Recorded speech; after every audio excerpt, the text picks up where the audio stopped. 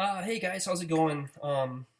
So basically, I wanted to kind of drop a short video, hopefully short video, on the ketogenic diet I've been on for the past like 70 days. Kind of my thoughts on it, the process, what it entailed, and the pros and cons, and ultimately why I'm choosing to go back to if it fits your macros based diet.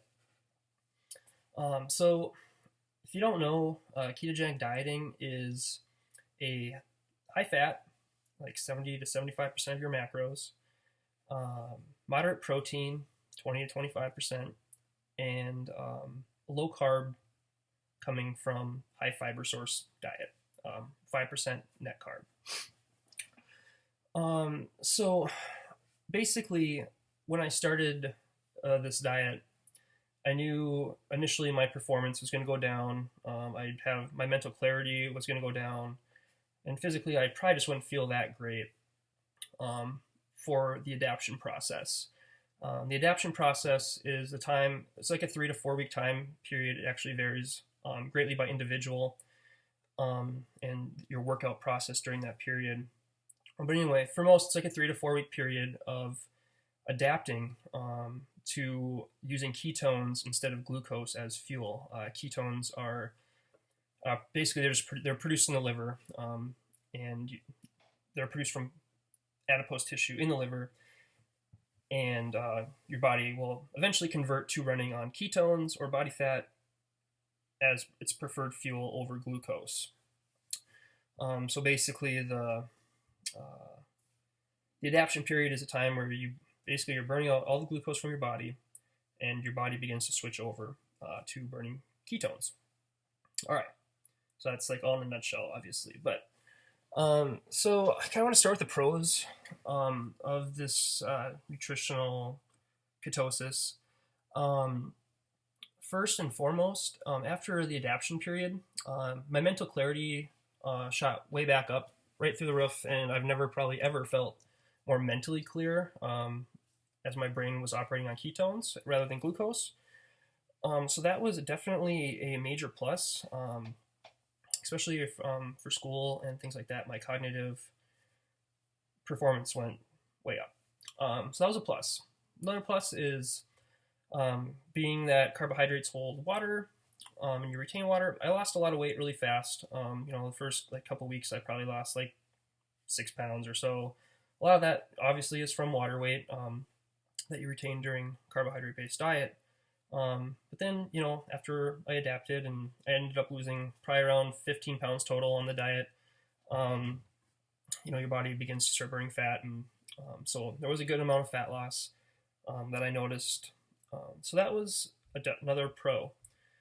The other thing I noticed, being that my insulin levels never really spiked and crashed, that I never really got nappy.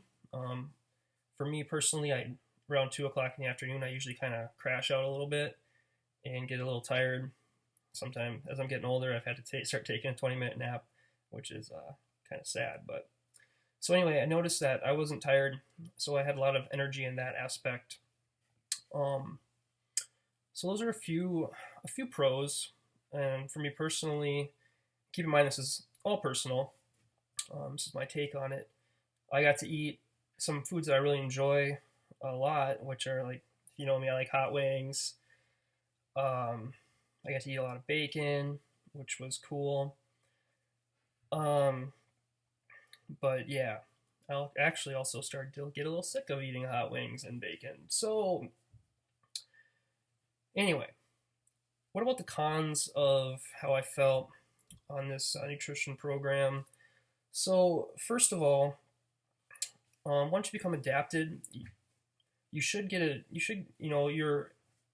energy levels in the gym, like your performance should start to return to, maybe not quite a state that it was, but it should start to go back up.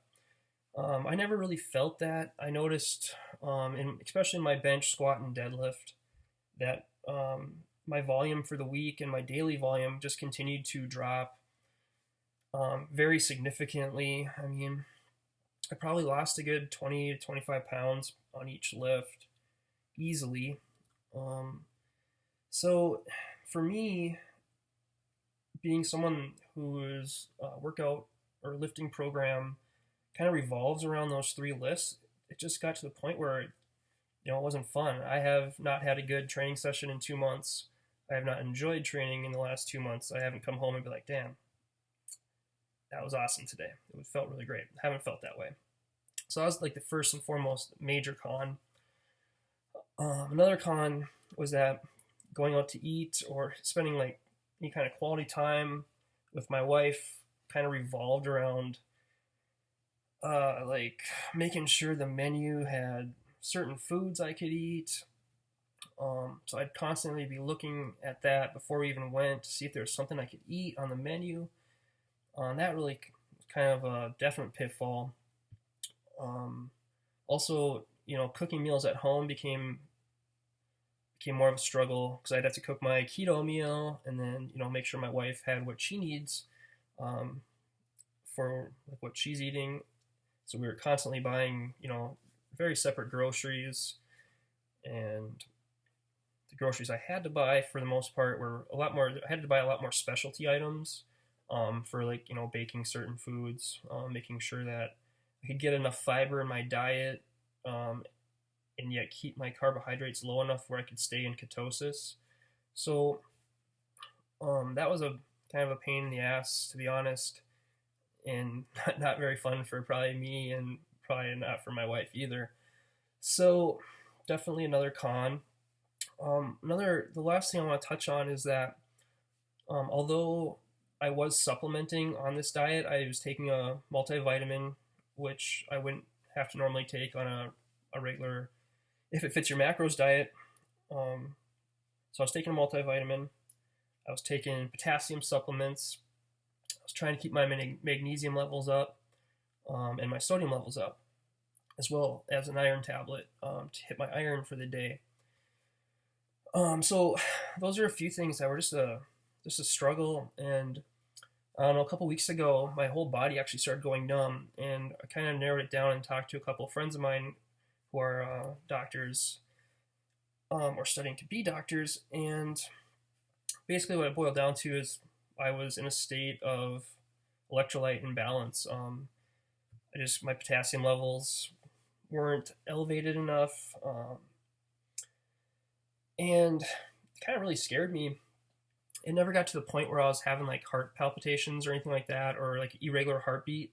But I almost went into the hospital, which for those of you who know me, I don't do. So for a couple days after that, I made sure I was getting enough electrolytes in, and I started to feel better again. So, but anyway, that was a con, big con, because that's something I would normally never have to even worry about on a regular diet. So yeah, yesterday I did decide to go back to eating an if it fits your macros based approach. I know I didn't give keto a long shot. I gave it a couple months. I really wanted to see what it could do. But at the end of the day, the benefits were outweighed by the cons. Simple as that. If the way you eat, if your nutrition doesn't fit the lifestyle that you want to live, or the way you see yourself living, it's just really not right for you. Not having fun in the gym for me, and not seeing strength increases, weekly, if not at least monthly or whatever, just made training horrible, made it miserable and not fun. And the whole purpose of lifting for me is to enjoy myself and to see gains in strength, see gains in size, all these things. And so, to be honest, that played quite a big role in me deciding to switch back. So, what am I going to do now? So from here, basically my body is running on ketones. The mechanisms in my body have converted to use that as its primary fuel. So you can't just jump back into, I'm going to go back to eating X amount of carbs a day, because I used to, and expect to be okay. You're going to see a rapid weight gain doing that. So for me, I wanted to try and keep that weight gain to a minimum. I know there will be some. I know there'll be some fat gain as my body readjusts to using carbohydrates as fuel. So I'm not going to be disappointed when that does happen.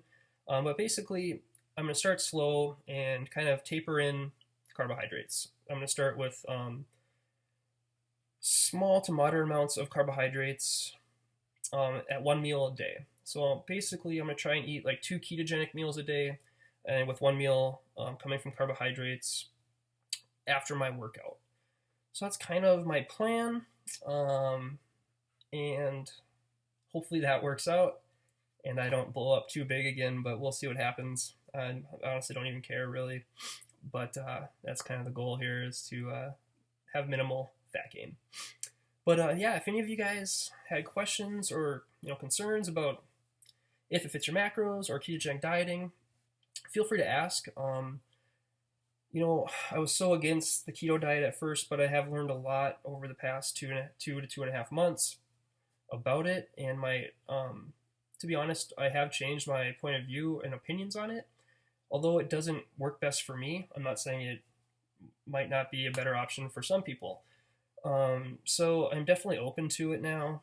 I'm not saying I'll never try it again, but as far as the near future holds, it's back to IIFYM. Peace out, guys.